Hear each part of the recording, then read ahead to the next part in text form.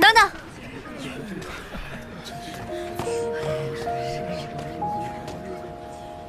郡主，抱歉。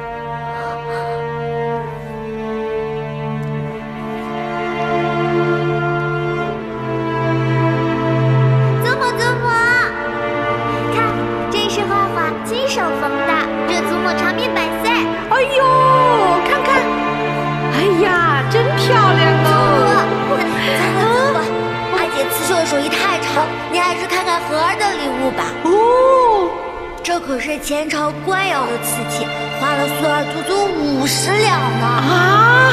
不行不行，皇帝脑子不好，被人骗了。哎呦，这才不是什么官窑！好，这是个赝品，真的，假的，真的。哎呦，好了！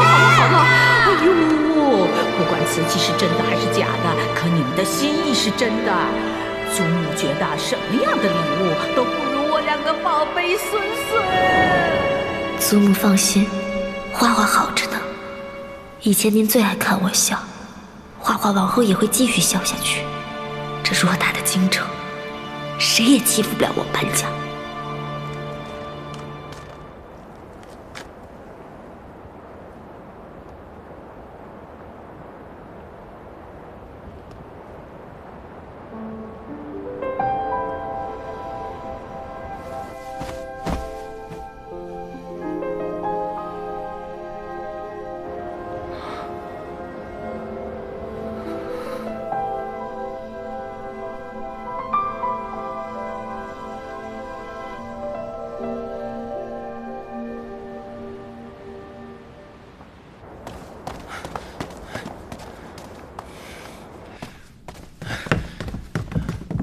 班花呀班花，听说你几日未进水米了，这可不行。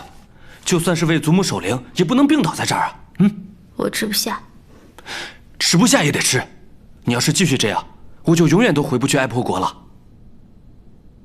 关我什么事？因为我担心我走以后，你一个活生生的大美人，会把自己饿死在这儿。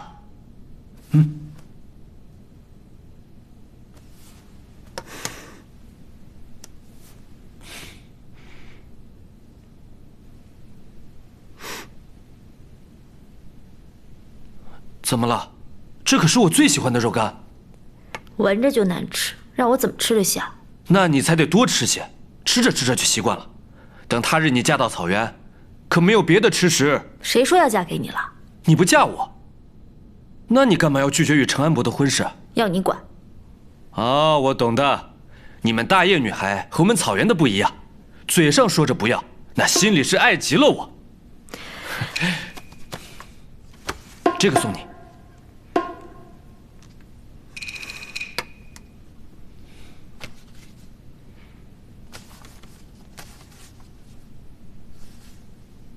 伞，这可是本王子亲手做的伞，可遇而不可求。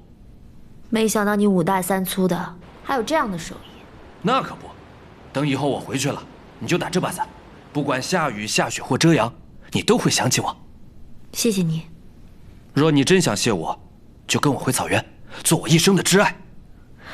那你且等着吧，下辈子我再考虑。好啊，那下辈子我就有机会了。